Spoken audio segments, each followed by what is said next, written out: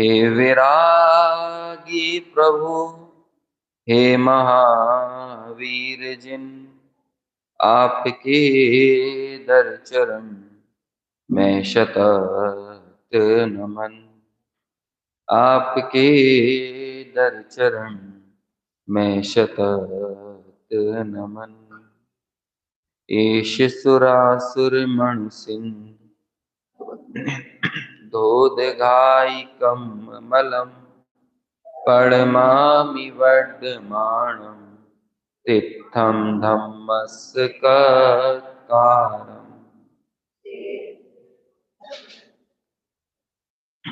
बस पहले ही पद पढ़ेंगे। प्रवचन सार ग्रंथ, और इस ग्रंथ के जो कुछ अंतर अधिकार हैं, उन अंतर अधिकारों में से पहले महाअधिकार का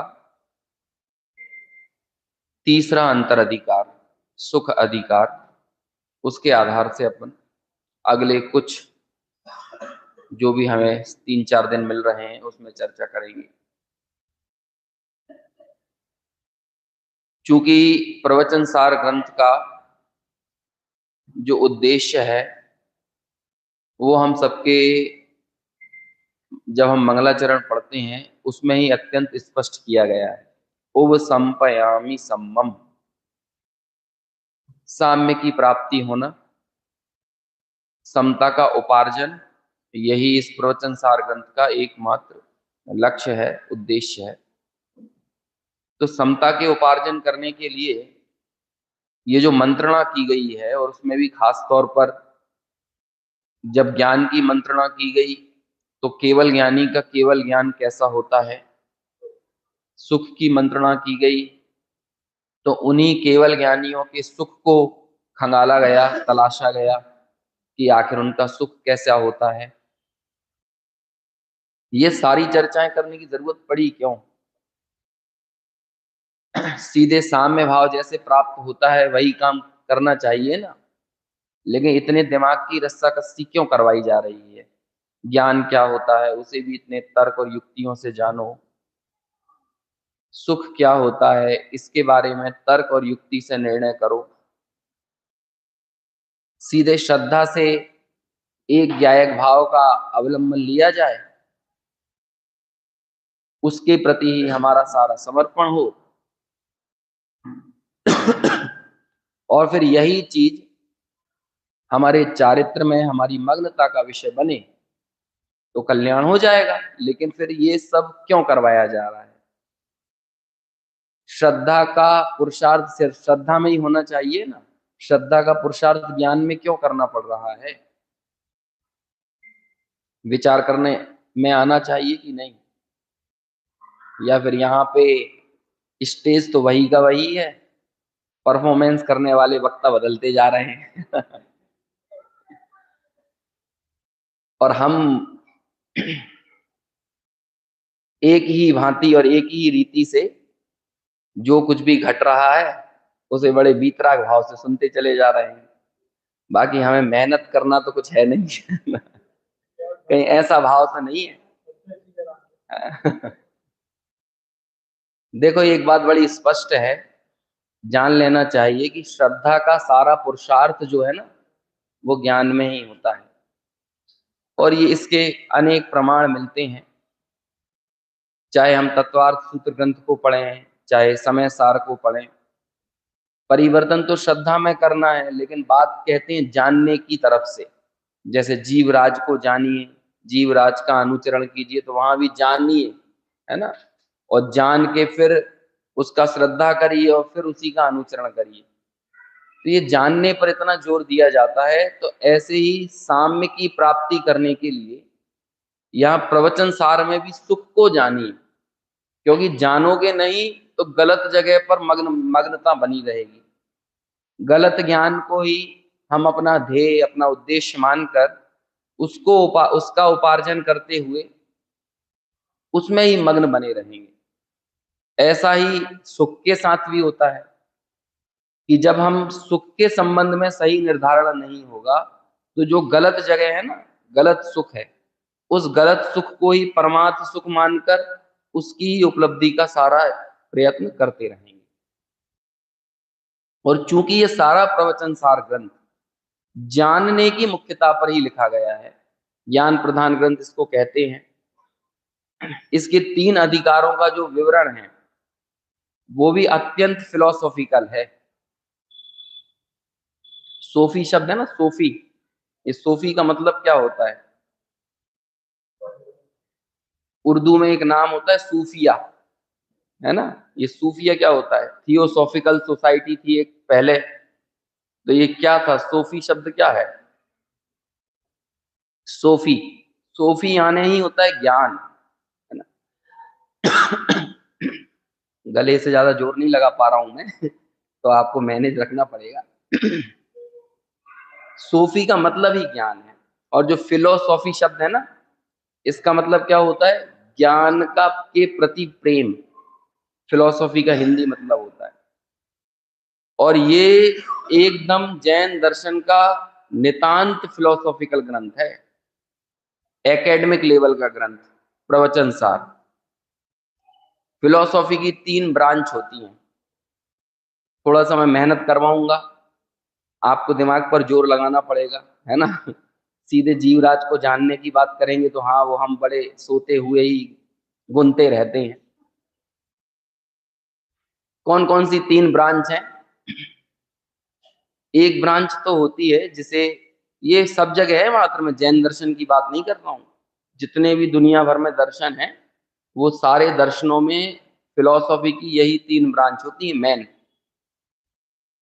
एक ब्रांच का नाम होता है ज्ञान मीमांसा, एक होती है तत्व मीमांसा, और एक होती है चारित्र या मूल्य मीमांसा, है ना, नीति शास्त्र भी जिसे कहते हैं। अंग्रेजी में इनके नाम होते हैं, एक को बोलते हैं मेटाफिजिक्स, तत्व मीमांसा को, एक को एपिस्टेमोलॉजी बोलते हैं, ज्ञान मीमांसा को, और एक को एक्सियोलॉजी, मूल्य मीमांसा। अब इस प्रवचन सार में ये तीनों ब्रांच हमको कहाँ देखने को मिलती हैं? आचार्य कुंद ने क्या इसे विश्वविद्यालयों में पढ़ाए जाने के लक्ष्य से लिखा गया होगा? तो फिर इसकी लिखावट या अमृत चंद्राचार्य ने जो चैप्टराइजेशन किया है वो तो हमें ऐसा ही देखने को मिलता है कि जैसे मान के चलो सीधे कोर्स में लगा देना हो, कहीं के पाठ्यक्रमों में इसको इनबिल्ट कर देना हो। समझ को सच्ची बनाना, इस पर इतना ज्यादा जोर क्यों है? क्योंकि ऐसा आपने एक वाक्य सुना होगा, प्रवचन सार स्पष्ट हो जाता है ना तो समय सार अपने आप निकलकर सामने आ जाता है। समय सार निकालना नहीं पड़ता है। प्रवचन सार आपको स्पष्ट हो गया तो जो निकलकर सामने आएगा वो कौन होगा? वो समय सार होगा। तो ऐसे ही ये जो 3 ब्रांच कौन कौन सी हैं? ज्ञान मीमांसा, तत्व मीमांसा, और इन इन ये नाम सुनने में आपको कठिन लग रहे होंगे, लेकिन इनमें 3 प्रश्नों का उत्तर है। एक प्रश्न तो है कि मैं कौन हूं, दूसरा प्रश्न है संसार क्या है, और तीसरा प्रश्न है करें क्या। बस यही 3 प्रश्नों के उत्तर का नाम है 3 जगह से 3 तरह से पड़ताल करना। कई बुजुर्ग लोगों को ये लगता है, जो ज्यादा अध्ययनशील नहीं रहे हों, स्कूल कॉलेज वगैरह में नहीं गए, तो उन्हें ऐसा लगता है कि अब हम तो भैया क्या ये दार्शनिक बातों को जानेंगे, समझेंगे, पढ़ेंगे, है ना, हमें तो मुद्दे की बात बताओ। लेकिन हम जब यहाँ पर चर्चाएं करते हैं तो चर्चाओं का मतलब ही होता है प्रपंच करना। नहीं तो आप इतने दिन से क्या कर रहे हो? मुद्दे की बात तो छोटी सी है, तो इतना प्रपंच क्यों कर रहे हो? पहले भाई साहब का, सुमत जी का यहाँ पर समागम आपको मिला, वहां पर प्रपंच हुआ, फिर अभी शुभम जी कुछ प्रपंच करके गए हैं, और अब मैं प्रपंच कर रहा हूं। मुद्दे की बात करने के लिए इतना प्रपंच करने की क्या जरूरत है? प्रपंच का मतलब ही होता है तत्व ज्ञान को निर्मल करना, ज्ञान में स्पष्टता आना। और जो सम्यक ज्ञान से पीछे भागता है, आगम ज्ञान से मुंह मोड़ता है, वो केवल ज्ञान को क्या पकड़ पाएगा? उसकी पात्रता कैसे पकेगी? क्योंकि आपने तो ज्ञान का ही तिरस्कार कर दिया ना मुद्दे की बात पकड़ने के चक्कर में। और ये प्रवचन सार में तो कदम कदम पर आगम ज्ञान का इतना महात्म्य बताया है। अभी आप लोग पढ़ के भी आए हो ऊपर, उसमें एक जयमाला की पंक्तियां थी, आगम चक्षु साहू, है ना, मतलब ये वाली जो गाथाएं थी, जो साधु हैं वो आगम चक्षु होते हैं, और यही पूरी चर्चा थी। कहाँ की गाथाएं ये सब? ये सब इसी प्रवचन सार की गाथाएं हैं। तो वो कौन कौन से 3 प्रश्न हैं? बात तो बहुत सरल है, लेकिन उसके नाम जब दर्शन शास्त्र में चले जाते हैं तो कठिन हो जाते हैं। पहला कौन सा था? मैं कौन हूं। जब आप ये खोजने जाते हो मैं कौन हूं, इसी जगह पर आपको मिलती है ज्ञान मीमांसा। और जब आप ये खोजने जाते हो संसार क्या है, तो फिर क्या मिलता है? तो तत्व मीमांसा। अब यहाँ तत्व का मतलब वो जैन शासन वाले तत्व अकेले नहीं है, जो 6 द्रव्यात्मक लोक है ना, वो भी तत्व है, क्योंकि अन्य दर्शनों में तत्व का स्वरूप वही सब भी बताया जाता है। तो संसार का स्वरूप समझने के लिए तत्व मीमांसा। अब आपने ये जान लिया मैं कौन हूं, आपने ये जान लिया कि संसार क्या है, अब अगला प्रश्न क्या उठेगा? करें क्या जानने के बाद? तो मालूम फिर हमारा जो चरणानुयोग सूचक चूलिका है वो कहां से शुरू होती है? क्या करें? जान लिया ना, ज्ञान क्या है, सुख क्या है, ज्ञेय क्या है, 6 द्रव्य क्या है, उत्पाद व द्रव्य क्या है। आपने ज्ञेय तत्व का भी प्रज्ञापन कर लिया और ज्ञान तत्व का भी प्रज्ञापन कर लिया, तो अब करें क्या? बोलो पहले नंबर की गाथी क्या आती है? एवं पणमीय सिद्धे जड़वर वसई पुणु पुणु समणे। तो करें क्या? पड़िवज्जदु सामण्डम। क्या करें? श्रामण्य अंगीकार करो और करें क्या? पड़िवज्जदु सामण्डम यदि इच्छति दुख परिमुखम। यदि दुखों से छूटना चाहते हो तो क्या करो? श्रामण्य अंगीकार करो। हम सही सुख के पीछे क्यों लालायित नहीं है? क्योंकि सही सुख की समझ नहीं है। सही ज्ञान के आकांक्षी क्यों नहीं है? क्योंकि सही ज्ञान की समझ नहीं है। और यहां पर एक जगह तो ऐसा लिखा, 62 नंबर की गाथा है प्रवचन सार की, वहां पर तो लिखते हैं आचार्य कुंद कुंद कि सुनो, जैन दर्शन में वैसे तो अभव्य का कोई, हम और आपके पास कोई पैमाना नहीं है जिससे हम अभव्य का मूल्यांकन कर सके। है पैमाना किसी के पास? हम छद्मस्तों के पास नहीं है ना। लेकिन कुछ प्रतीकात्मक बातें की गई हैं। प्रतीकात्मक, जैसे आपने वो सुना होगा, या प्रति प्रीति चित्ते ने येन वार्ता ही श्रुता सा निश्चित भवेद भव्य भावी निर्वाण भाजनम। तो ये प्रतीकात्मक बात है, पत्थर की लकीर नहीं है। ऐसे ही भव्य और अभव्य के संबंध में आचार्य कुंद कुंद ने भी कुछ प्रतीकात्मक बातें की हैं। उसमें से एक बात 62 नंबर की गाथा में आती है। यदि आपको सिद्धों से ज्यादा अपना सुख लगता है ना, मतलब अतीन्द्रिय सुख की तुलना में आप इंद्रिय सुख को कुछ तवज्जो देते हो, तो बस अभव्यता का और कोई पैमाना नहीं है, यही अभव्यता है। समझ में आ रहा है? तो हम तो ये कहेंगे कि हम तो बिल्कुल ऐसा नहीं करते, हम तो बहुत समझदार हैं। अभी हमने जो पूजा की, कितने उत्साह और उल्लास के साथ भगवान की ही कोई ये बोल बोल कर पूजा की, तुम ही सुखी हो, तुम ही सुखी हो, हम तो दुखी हैं, हम तो दुखी हैं, है ना। तो जब स्तुति की है, सच्ची स्तुति क्या है? स्तुत्य हो जाना ही सच्ची स्तुति है। जो हमारा स्तुत्य है ना, उस स्तुत्य के अनुसार हमारे रूपांतरण का नाम वो ही सच्ची स्तुति है। 3 तरह की निश्चय स्तुति आती हैं समय सार में, है ना। पहली निश्चय स्तुति ज्ञेय ज्ञायक संकर दोष के परिहार वाली है 31 नंबर की गाथा में। दूसरी भाव्य भावक संकर दोष के परिहार वाली है।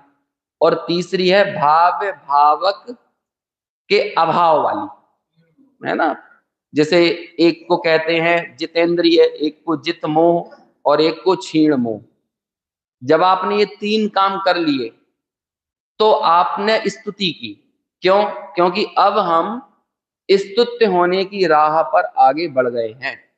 तो फिर कहते हैं केवल ज्ञान क्या है? स्तुति का फल है। स्तुति काय के लिए कर रहे हो? अभी ये सब हमने किया तो किस लिए किया है? हम बोलते हैं ना, एक शब्द बोलते हैं, बहुत प्रचलित शब्द है, दिन में 20 एक बार तो बोल ही लेते होंगे, कम से कम 20 बार, ज्यादा से ज्यादा तो कईयों बार, जय जिनेंद्र। ये क्या होता है जय जिनेंद्र? क्या है? जब भी हम जय जिनेंद्र बोलते हैं तो हम उस 62वें नंबर की गाथा में जो अभव्य का चिन्ह बताया है ना, हम जय जिनेंद्र बोलकर ये बताना चाहते हैं हम भव्य हैं। क्यों? क्योंकि हम क्या है? हम तो कुछ नहीं है। यदि हम आपके घर में आए और हमने सबसे पहले क्या बोला, हमारे पीछे बहुत चमचमाता हुआ आलीशान मकान है, लेकिन हमने सबसे पहले दरवाजे पे ही क्या बोल दिया? जय जिनेंद्र। ये कुछ नहीं है। जय तो क्या है? जयवंत तो कौन है? जिनेंद्र है। तो ये क्यों है जयवंत जिनेंद्र? इंद्रियों वाला पाठ पढ़ना चाहिए, बाल बोध भाग 2 का, है ना। उसकी शुरुआत कहाँ से होती है? भाग 2 की है ना। बेटी मम्मी से पूछती है, मम्मी पापा को सब लोग जैन साहब क्यों बोलते हैं? है ना, यही बोलते हैं कि नहीं, जैन साहब क्यों बोलते हैं? तो बोलते हैं बेटी वो जैन है इसलिए जैन साहब बोलते हैं। फिर बात कहाँ से शुरू होती है? जैन किसे कहते हैं, जिन किसे कहते हैं। और इस तरह से बढ़ते बढ़ते बढ़ते कहां तक पहुंचते हैं? इंद्रियों तक आते हैं। और फिर ये बहुत सारी वहां पर सवाल जवाब चलते हैं कि उसमें एक, क्या इंद्रियां हमारी शत्रु हैं? जबकि इंद्रियां तो हमारी ज्ञान में साधन बनती हैं। तो इंद्रियां क्या हमारी शत्रु है जो इनको जीतना चाहिए? तो उसके उत्तर में माँ बोलती है कि बेटा भले हमारे ज्ञान में सहायक हैं, लेकिन जिसे ये जानती है ना, उससे हमारा कुछ हित होने वाला नहीं है, हमारा प्रयोजन सिद्ध होने वाला नहीं है, बल्कि उस ज्ञान से तो हम दुखी ही हो रहे हैं। तो ऐसे पूरी मंत्रणा की जाती है। तो हम भी जब ये कहते हैं कि प्रभु जय जिनेंद्र, मतलब हमने आपको जयवंत किया है, तो इसका मतलब ये हुआ कि हम भी इसी राह पर आगे बढ़ें, तब तो जयवंत को। अदरवाइज हम यदि ये काम करें कि पहले तो हमने जय जिनेंद्र बोलकर जिनेंद्र भगवान को दरवाजे पे ही रख दिया और फिर कहते आओ अब हमारा वैभव देखो, और जब हम हमारे वैभव को दिखाने के लिए लालायत हो जाते हैं तो बोलो वो स्तुति की का प्रारंभ भी हो सकता है क्या? स्तुति का प्रारंभ कहां से होगा? जब हम स्तुत्य होने के मार्ग पर आगे बढ़ते हैं। और स्तुत्य होने के मार्ग पर आगे बढ़ने का लक्षण ही ये है, राण सहावादियम। ये वाला शब्द सुना है? क्या है? राण सहावादियम, ज्ञान स्वभाव को ज्यादा जाने, अधिक जाने। काय से ज्यादा जाने? इंद्रियों से ज्यादा जाने। अब इंद्रियों से ज्यादा जाने मतलब इंद्रियां 3, कौन कौन सी? द्रवेंद्रियों से ज्यादा जाने, भाव इंद्रियों से ज्यादा जाने, और इंद्रियों के विषयों से ज्यादा जाने। और 32वीं गाथा में राण सहावादी हम काय के सामने लाया? मोह से ज्यादा जाने। समझ में आया? और ज्यादा जानने का मतलब क्या होता है? भिन्न जाने, है ना। ज्यादा का मतलब भिन्न कैसे हो सकता है? कैसे हो सकता है? हमने बहुत सारे लोगों को इनवाइट किया और एक को नहीं किया। क्यों नहीं किया? अरे वो कछु ओवर ही है। तो ओवर है का मतलब क्या होता है? अलग ही है, इसलिए उन्हें इनवाइट नहीं किया। तो ज्यादा का मतलब क्या हो गया? अलग हो गया कि नहीं? पिता अलग धारा में बात कर रहा हो और बेटा कुछ उल्टी बातें कर रहा हो तो क्या बोलेंगे? ज्यादा मत बोल। तो ज्यादा मत बोल मतलब क्या होता है? अलग मत बोल, है ना। तो ऐसे ही ज्ञान स्वभाव को ज्यादा जाने मतलब क्या हुआ? अलग जाने। जब आप इस तरह से ज्ञान स्वभाव को अलग जानने लगते हो तो कहते हैं अब सुख का पैमाना हम तलाशने जाएंगे तो सुख कैसा? सुख कहां मिलेगा? तो उसके लिए एक सूक्ति वाक्य इस प्रवचन सार ग्रंथ की सुख अधिकार की उत्थानिका में ही लिखते हैं। पीछे दिख रहा है आपको? अच्छा, 62 नंबर की गाथा देखते हैं। घाती कर्म विहीन नु, जो अपने सुख को, ये नीचे लिखा है ना, श्रद्धे ने ते अवव्य ने भव्य ते सम्मत करे। जो घाती कर्म विहीन, मतलब जो केवली भगवान का सुख है, उस सुख को तो उत्कृष्ट ना जाने और अपने सुख को ज्यादा जाने, तो वो कौन है?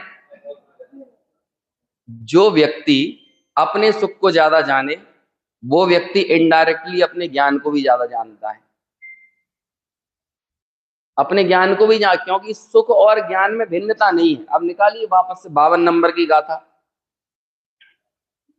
और उसकी उत्थानी का। 52 है कि 53? 53 नंबर की, हाँ। 53। अथ ज्ञानाद अभिन्नस्य, हाँ निकल रहा है, ऊपर दिख रहा है। अथ, अब, ज्ञानात अभिन्नस्य, ज्ञान से जो अभिन्न है, ऐसे सौख्यस्य, ऐसे सुख का, स्वरूपम, स्वरूप, प्रपंचयन, क्या करते हैं? प्रपंच करते हैं। हम लोग काय के लिए बैठे हैं यहाँ पे? बस यही प्रपंच करने के लिए बैठे हैं। साम्य की प्राप्ति करना है, लेकिन ज्ञान की थोड़ी कसरत कर लो। साम्य भाव से यहां तो बैठ जाते हैं और दिन भर अपने क्षय उपशम ज्ञान में भोगों की कसरत करते हैं, तो वो कसरत तो कोई कार्यकारी साबित होगी नहीं। लेकिन एक बार वास्तविक सुख के और वास्तविक ज्ञान के स्वरूप को समझने का प्रपंच कर लो। सही स्वरूप समझ में आने के बाद गलत की तरफ झुकाव होता ही नहीं है। और प्रवचन सार ग्रंथ ने उस साम्य सामान्य अंगीकार कराने से पूर्व सबसे पहले क्या कहा? पहले ये सब समझ लो, सुख किसे कहते हैं, ज्ञान किसे कहते हैं, समझ में आया ना? शुभ भाव का क्या स्वरूप है, ज्ञेयों का क्या स्वरूप है, उत्पाद व द्रव्य का क्या स्वरूप है। अब आपके सामने संसार का चित्र भी स्पष्ट हो गया और दूसरी तरफ अपना स्वरूप भी स्पष्ट हो गया।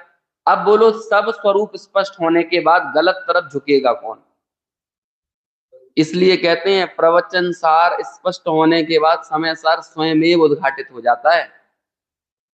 समझ में आया? ज्ञान में आपने पुरुषार्थ सम्यक कर लिया तो पीछे श्रद्धा का विषय स्वयं निखर कर सामने आ जाता है। जो लोग क्षयोपशम ज्ञान से, इसे आगम ज्ञान को क्षयोपशम ज्ञान कह के तिरस्कार करते हैं, वो लोग वास्तव में ज्ञान स्वभाव का तिरस्कार करते हैं।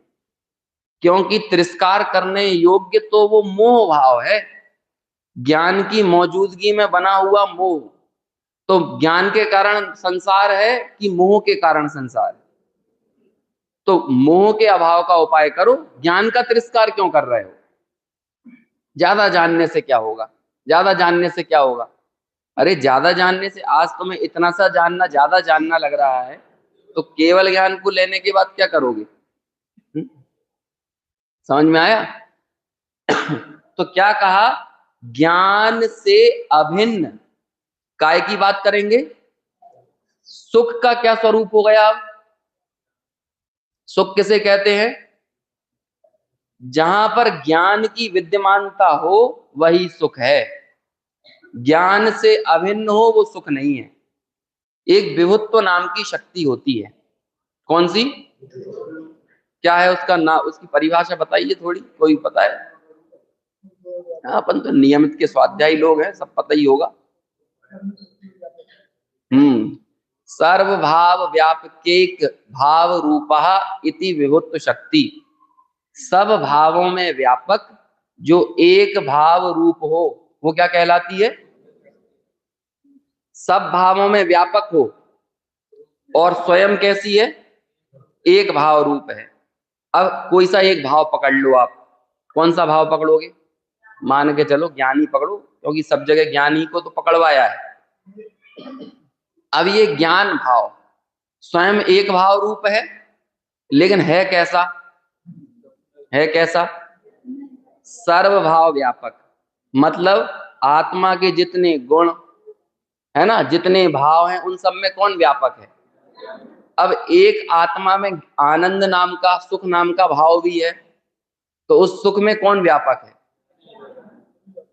सब जगह लॉजिक से चीजों को समझना है। यदि स्पष्ट हो जाएगी तो स्वयं इंद्रिय सुख से विरक्त हो जाएगा। समझ में आया? भोगों के साथ जोर जबरदस्ती नहीं चलती, भोगों के साथ सिर्फ समझदारी चलती है। हम जोर जबरदस्ती कर करके भोगों से दूर हटते हैं। समझ में आया? आप समझ लो तो भोग स्वयं ही छूट जाएंगे। जब ये कहा जाता है ना, ज्ञान स्वभाव को ज्यादा जानो, तो मतलब काय को कम जानो? सबको। इंद्रिय कह रहे हैं तो सबको।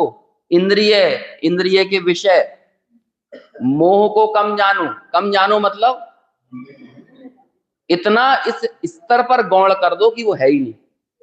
ये तो हो गया, मतलब वो है ही नहीं। अभी जैसे हमने कहा कि भैया भोजन में ज्यादा लोलुपता मत दिखाओ, जो मिल रहा है सादगी से, सात्विकता से खाओ। और जितने हमारे फिर 16 करने वाले होते हैं उनके लिए सबसे हाईलाइट भोजन ही होता है। सुबह 5 बजे से आत्मा याद नहीं आता है, भोजन याद आता है।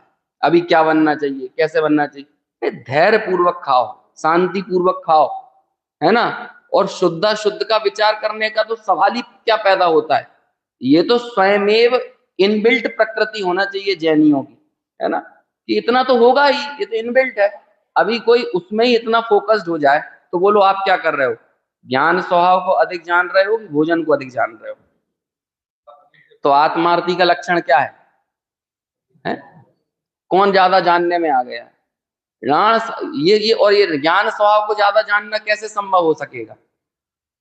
समझदारी से। क्योंकि ज्ञान स्वभाव के सामने आपने भोगों को खड़ा किया और उसमें अपनी सत्ता को टटोला, तो वहां मेरी सत्ता तो मिली नहीं, मेरी सत्ता मुझे कहां मिली? ऐसे ही हम और आपके दिमाग में सुख के संबंध में, आनंद के संबंध में भ्रांतियां चल रही हैं। व्यक्ति को जबरदस्ती किसी भोग को भोगने से रोको, क्या होगा? इन्फिनिटी कॉम्प्लेक्स हो जाएगा उसके अंदर, है ना। अंदर ही अंदर में क्या समझने लगेगा, यार हम भोगेगा तो खेद होगा। मतलब इसे बोलते हैं मालूम क्या? इसे बोलते हैं प्रच्छन्न धार्मिक। प्रच्छन्न धार्मिक समझते हैं क्या होते हैं? या छद्म भौतिकवादी, कि मन में तो भोग बहुत अच्छे लगते हैं, लेकिन भोगने जाए तो भगवान भी याद आने लगते हैं, लेकिन आकर्षण सारा भोगों के प्रति पड़ा रहता है। समझ में आया? प्रायः देखना, अपने यहाँ आप बिना समझदारी के त्याग करोगे, आपके लिए सबसे हाईलाइटेड चीज वही होगी, हमने ये नहीं खाया, हमने ये छोड़ दिया, हमने ऐसा नहीं किया। तो कौन चीज हाईलाइट हो गई? बोलो क्या हुआ? जो आदमी हवाई जहाज में बैठ गया हो ना, उसे हवाई जहाज नहीं दिखते। हवाई जहाज कौन को दिखते हैं? ये आसमान में उड़ती हुई हवाई जहाज सबसे ज्यादा कौन को दिखते हैं? समझ में आया? ये क्या है, अंदर में आपने किसी वजह से नहीं बैठ पाए, आप किसी पराधीनता के कारण। क्या होता है ना, अभी हम यहाँ पढ़ेंगे कि ये क्षयोपशम ज्ञान या इंद्रिय ज्ञान ये है क्यों है, तो उसके लिए तर्क दिया यहाँ पर टीका में, क्योंकि वो क्या सप्रतिपक्ष सहित है। कैसा है? इंद्रिय ज्ञान सप्रतिपक्ष, ज्ञान का प्रतिपक्षी क्या होता है? प्रतिपक्षी विलोम क्या होता है? अज्ञान। देखो मैं बहुत ज्यादा बात नहीं करूंगा, 4-5 दिन में एक ही गाथा चलेगी अपनी, है ना। बस यही समझ लो, डिकोड योर हैप्पीनेस। बस सुख का डिकोड कर लो आप, बस वो, और कुछ नहीं करना अपन को, इतना ही सा करेंगे। और क्या करेंगे? ये 4-5 दिन तो क्या होता है, रिचार्जर का काम करते हैं। मेन स्वाध्याय तो वो होता है जो डेली चलता है। तो हाँ, क्या कह रहे थे हम? यदि आपने किसी चीज को जबरदस्ती छोड़ा है तो आपके दिमाग में वो चीज घूमती रहेगी, तब आपको ज्ञान स्वभाव ज्यादा नहीं लग रहा है, तब आपके लिए क्या वही चीज ज्यादा लग रही है। समझ में आया? अभी मैं कुछ चीज बोलूंगा तो ऐसा लगेगा किसी को मैं किसी पे अटैक कर रहा हूं, है ना। तो मेरे को उदाहरण भी दिमाग में लाके सोच के बोलना पड़ता है। देखो, जिसका विवाह ना हो उसे जीवन में क्या दिखेगा सबसे ज्यादा? है, बोलो क्या दिखेगा? सबसे ज्यादा। जो व्यक्ति जिस चीज को छोड़ता है ना, सबसे ज्यादा उसे हाईलाइट कर देता है। जबकि यहां पर छोड़ना होता कैसे है? जब आपको वो चीज अपने से भिन्न लग गई, वो चीज आपको गैर जरूरी लग गई, उसमें आपको अपनी सत्ता नजर नहीं आई, अपना सुख नजर नहीं आया, तो इसलिए आपने उस चीज को छोड़ दिया। और छोड़ने के बाद फिर वो दिखता है, उसकी तरफ दृष्टि जाती है। गंदा उदाहरण दे, अब गंदा उदाहरण हम इसलिए दे रहे हैं क्योंकि डॉक्टर साहब ने दिया है, उसमें क्या नाम है, धर्म के 10 लक्षण में मल त्याग, मूत्र त्याग, है ना। तो कहते हैं कि ये मल और मूत्र जैसे गंदी वस्तुओं के साथ त्याग जैसा पवित्र शब्द क्यों लगाया, प्रश्न किया है वहां पे। तो मालूम उत्तर क्या दिया? वास्तव में तो हम वही त्याग सबसे अच्छे से करते हैं कि कर देने के बाद फिर देखते भी हैं उस तरफ। कुछ लाइनें हम इतनी ज्यादा पढ़ लेते हैं कि उन्हें पढ़ते पढ़ते उनका अर्थ ही खो जाता है और सिर्फ लाइनें रह जाती हैं। काक बीट सम तजत है सम्यक दृष्टि लोग, हमने इतनी बार पढ़ ली कि हमें कुत्ते की वो कौए की लेटर की समझ में नहीं आ रही है। समझ में आ रहे काग बीट क्या होता है? अभी क्या होता है, बाकी सब का तो कुछ ना कुछ बन भी जाए, समझ लो खाद वाद बन जाती है, गोबर ओवर हो, समझ में आया। आजकल तो आदमी के मल की भी खाद बनने लगी है, उसको क्या बोलते हैं, गोल्डन है, हाँ, कोई सा नाम है उसका, वो भी कंपोस्ट हो जाती है। लेकिन सोचो किससे तुलना करी है, कौए की। अब वो काग बीट सम कब तजते हैं ये बताओ, कब तजेंगे वो? उसको हाईलाइट करके तजेंगे, या उन भोगों से ज्यादा कोई चीज ज्यादा लग गई है जिसमें अपना कुछ अंश नजर आ गया है, तभी तो छोड़ पाएंगे। और जब आपको काग बीट, ये जब आपको आजकल पेपरों में आता है 24 लाख का पैकेज छोड़कर क्या कहते हैं दीक्षित हुआ, है ना, 44 लाख का। अब आपके लिए मुख्य क्या है? मुख्य क्या है? दीक्षा मुख्य है या 24 लाख का पैकेज, 44 लाख का पैकेज वो मुख्य है? हाईलाइट क्या हो रहा है? बैकग्राउंड में जो हाईलाइट हो रहा है ना, उसे देखो बैकग्राउंड में कौन है। दीक्षा तो सब ले लेते हैं, फोटो तो सब जगह खिंचाई जा सकती है। फोटो की कीमत कब है? जब पीछे BMW खड़ी हो, तो बोलो हाईलाइट कौन हो रहा है? BMW की तुम है, होता है कि नहीं? ताजमहल के सामने फोटो खिंचाई, बैकग्राउंड में हाईलाइट कौन है वो देखो। हमें लग रहा है हम गौण कर रहे हैं, लेकिन वो गौण नहीं हो रहा है, वो क्या हो रहा है? हाईलाइट हो रहा है। और जब वो चीज छोड़ी हुई चीज हाईलाइट हो रही है तो आपको राणा साहबादी हम नहीं लग रहा है, और ज्ञान फीका ही लग रहा है, संसार का सुख ज्यादा लग रहा है और अतीन्द्रिय सुख कमतर लग रहा है। इंद्रिय ज्ञान ज्यादा लग रहा है और अतीन्द्रिय ज्ञान कमतर लग रहा है। और जब तक ऐसा लग रहा है तब तक क्या हमने जय जिनेन्द्र बोला? बोलो, तब हमारी स्तुति हुई। वंदे वंदक भाव खत्म होने का नाम सच्ची वंदना है। सच्ची वंदना की परिभाषा ये है, जब वंदे वंदक भाव खत्म हो जाए, और वो श्रेणी चढ़ने के काल में होता है, शुद्धोपयोग की दशा में होता है। जब तक वंदे और वंदक का भेद बना हुआ है तब तक कोई वंदना ही नहीं है। और हम लोग हमेशा भगवान के सामने यही सोचकर तो जा रहे हैं तुम अपनी जगह बने रहियो, है ना, और हम ऐसे के ऐसे रहेंगे। हम ऐसे ही रहने वाले हैं। हम इस आज भी, कल भी, 2 साल बाद भी, 10 साल बाद भी, समझ में आया? यहाँ पंडित बदलवाते रहना यहाँ शास्त्र बदलवाते रहिए, जिनवाणी की गाथाएं परिवर्तित होती रहे, लेकिन हम तो वैसे के वैसे ही बने रहेंगे। और ये अंतर में पड़ी हुई अत्यंत भयंकर चीख है, और यही मिथ्यात्व है, और क्या है। क्योंकि बैकग्राउंड में हाईलाइट क्या हो रहा है जरा वो देखो, क्या हाईलाइटेड है? छोड़ी हुई चीजों की समझ विकसित हुए बगैर छोड़ना, कभी भी उन वस्तुओं को छोड़ना संभव नहीं है। अब आप तलाश करने के लिए आए, हम काय को डिकोड करने जा रहे हैं? सुख को। अब वो सुख कैसा है, ये वाली लाइन याद रखो, ज्ञानाद अभिन्नस्य, जो ज्ञान से अभिन्न है। अब एक जगह तो 62 नंबर की गाथा में यहाँ ये कहा कि जो ज्ञान से भिन्न, सॉरी 62 नंबर की गाथा में कहा जिन्हें भगवान के सुख से ज्यादा अपना सुख दिखता है वो अभव्य है। यही कुंद कुंदाचार्य पंचाशती काय की 162 या 163 नंबर की गाथा है। वहां मालूम क्या कहते हैं, जो व्यक्ति सुख और ज्ञान को अलग अलग देखता है वो अभव्य है। क्या बोल रहे हैं वहां पे, जिसे सुख अलग दिखता है और ज्ञान अलग दिखता है वो कौन है, वो अभव्य है। अब ये क्या करें, जिनवाणी तो कोड वर्ड में लिखी जाती है, डी कोड आप कर लो जितना कर सकते हो, अदरवाइज कुछ नहीं है। ये क्या है, एक एक गाथा में क्या आएगी, एक गाथा में क्या कुछ कह देंगे। 32 नंबर की गाथा लिखी ना समय सार की, तो उसके नीचे टीका में क्या लिखते हैं अमृत चंद्राचार्य, यहाँ मोह शब्द के स्थान पर राग द्वेष क्रोध मान माया लोभ हास रति रति शोक व जुगुप्सा, ये सब रख के 16 गाथाएं बना लेना।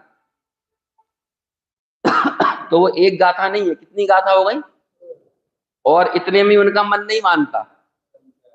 इतना ही नहीं, मालूम क्या बोलते हैं, इस रीति से और भी बहुत विचार कर लेना। क्या कह रहे हैं, अब कह कितना सकते हैं, बोलो कितना कह सकते हैं। पंडित जी साहब रविंद्र जी एक बात कहा करते थे, ज्यादा सुनने का राग तुमसे सुनने की सामर्थ्य छीन लेगा। जब मैंने पहली बार सुना तो दिमाग खराब हो गया थोड़ा सा, ये क्या कह रहे हैं। क्यों, क्योंकि उस सुनने के बाद ये बात आती है ना, कर विचार तो पाम। देखो विचार में ट्रांसफॉर्मेशन की पावर है, सुनने में पावर नहीं।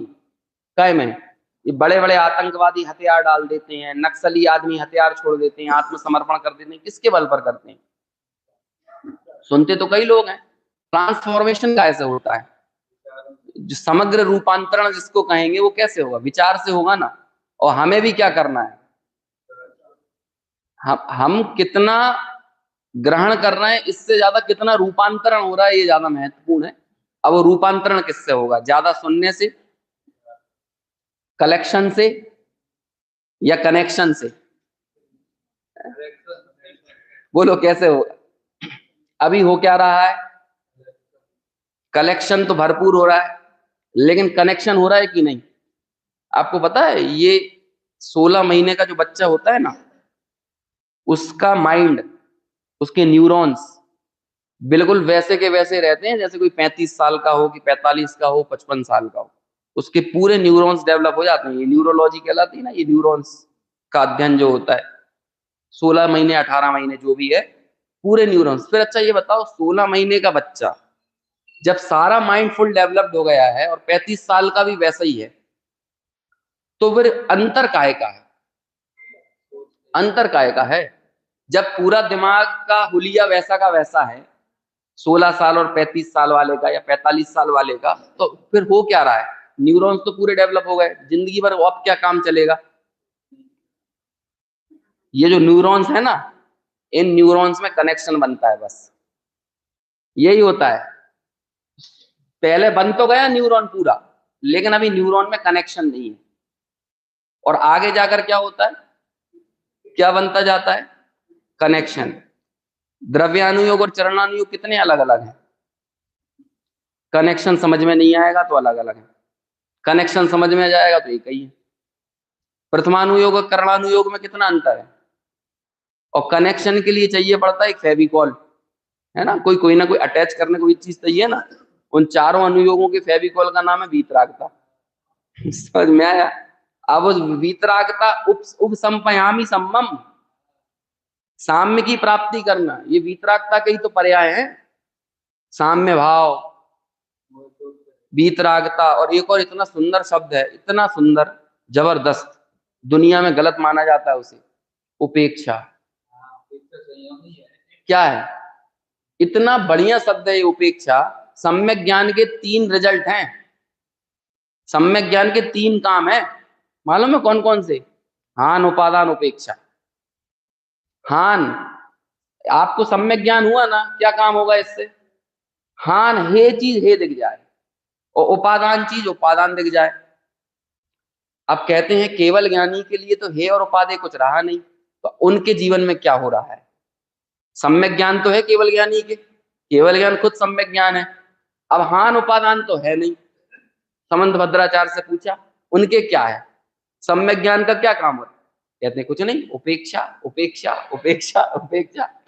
ज्ञान की प्रत्येक समयवर्ती पर्याय में पूरा विश्व आता है, हिलोरे मारता हुआ आता है, और प्रति समय केवल ज्ञानी क्या कर रहे हैं?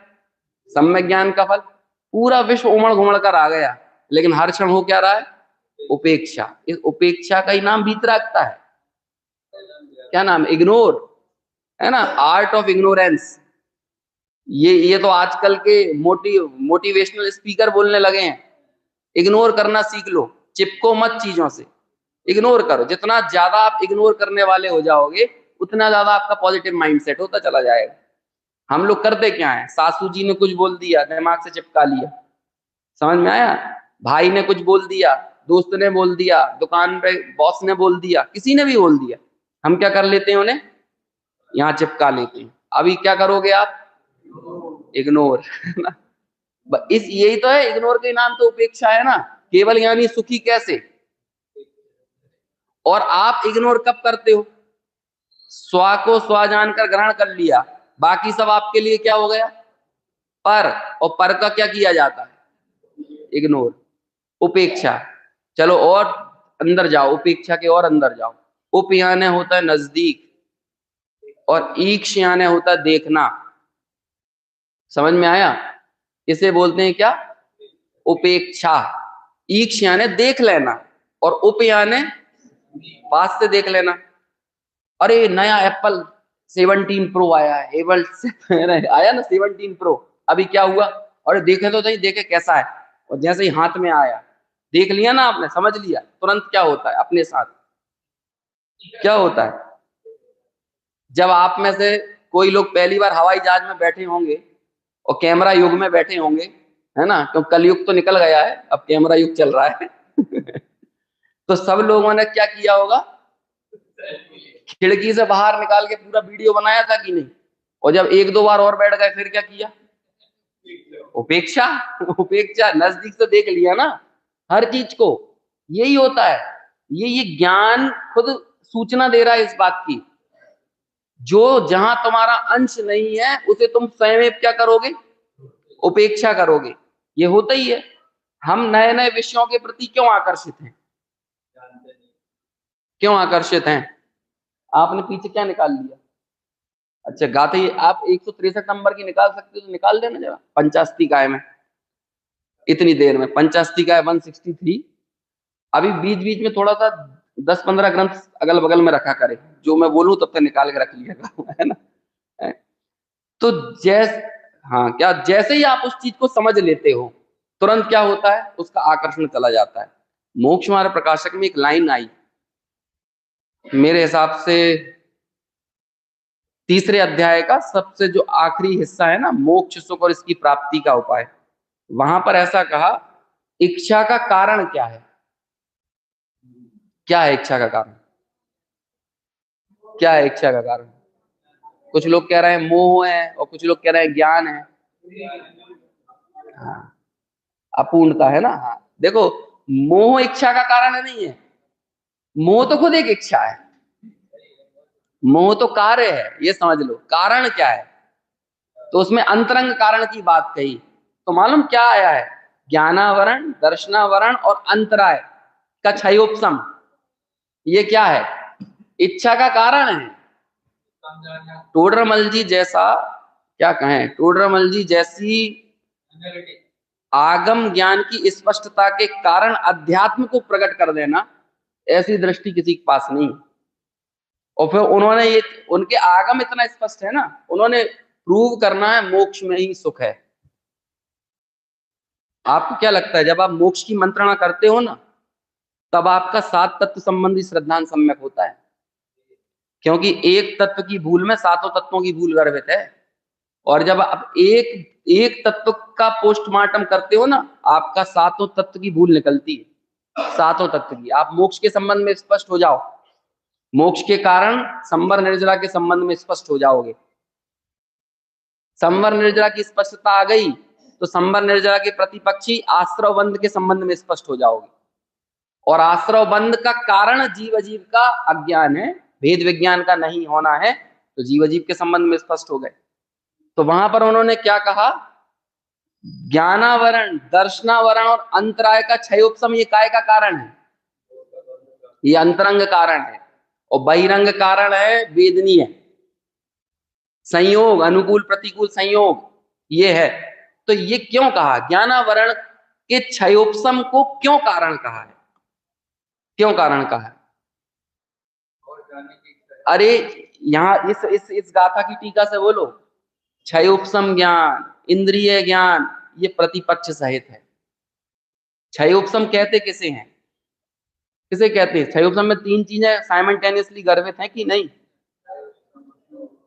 क्षय भी है, उपशम भी है और उदय भी है। तो आपको मजा आ रहा है क्षय उपशम में, तो आपको साथ अमृत के साथ जहर में भी मजा आ रहा है, क्योंकि क्षय और उपशम के साथ उदय भी तो है। ये भी तो देखो, देखो वर्तमान काल में सस्टेन क्या करता है, क्षयिक सम्यक तो होता नहीं है, औपसमिक सम्यक सस्टेन नहीं कर सकता, रह नहीं सकता ज्यादा। कौन रहेगा? क्षय उपसमिक सम्यक। आप देखना अनेक ज्ञानियों ने योगिंदु देव, आचार्य कुंद कुंद ने भी ये काम किया, और सबसे ज्यादा काम किया तारण स्वामी ने। मालूम क्या किया? उन्होंने चलमल अगाड़ के ऊपर सबसे ज्यादा प्रहार किया है। क्यों क्यों किया? क्योंकि छायोपसमिक भाव कभी आदरणीय नहीं होता है। ये एकदम फैक्ट बात है, ये कुछ सूक्ति वाक्य है, मंत्र वाक्य है।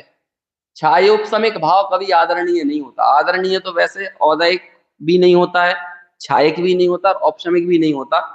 लेकिन छायोपसमिक भाव जिसमें ये सारा काम होना है, वो स्वयं आदरणीय नहीं है।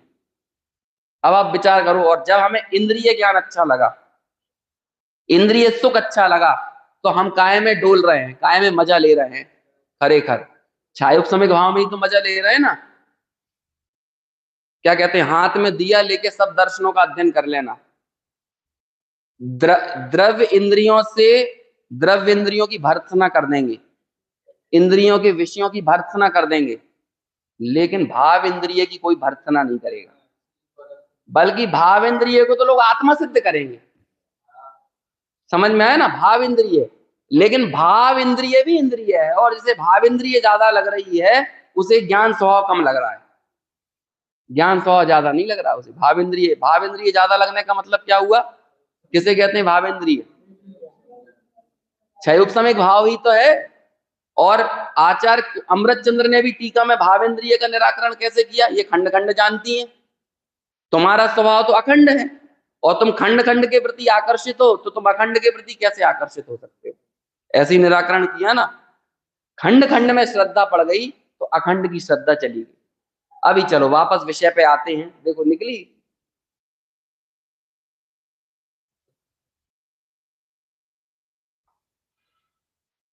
हाँ देखो, जानना और आनंद का, सुख का आपस में क्या कनेक्शन है?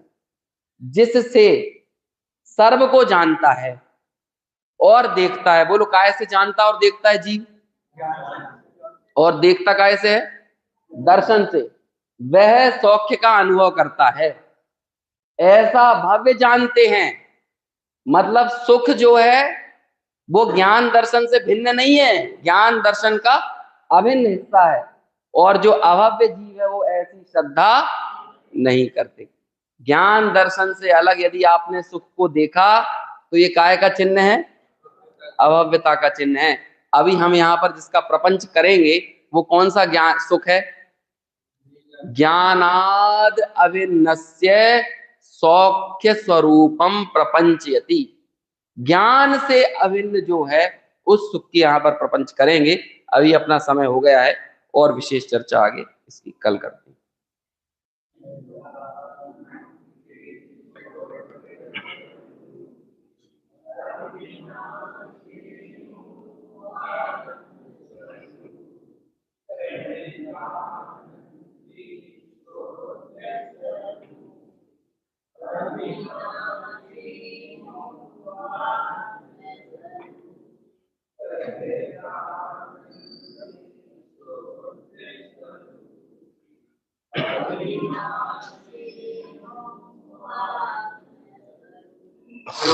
का महाप्रभु की जय हो। हम सभी आदरणीय गुरु भी हमारे नगर आ गए हैं और आज का प्रवचन सुन के आपको लगा होगा कि अपने घर में जो भी रह गए हैं आप उनको जरूर मंदिर से स्वाध्याय में लेके आए। ऐसे प्रवचन, इतने लॉजिकल प्रवचन आज के समय में तर्क वाले प्रवचन मिलना बहुत दुर्लभ हो गया है। तो आप जरूर रात्रि में भी 8:30 से 9 भक्ति है और 9 से 10 आदरणीय भैया के प्रवचनों का लाभ मिलेगा। भैया हमारे साथ 5 दिन है, आप सभी कार्यक्रमों में टाइम पे पधारें। जिनवाणी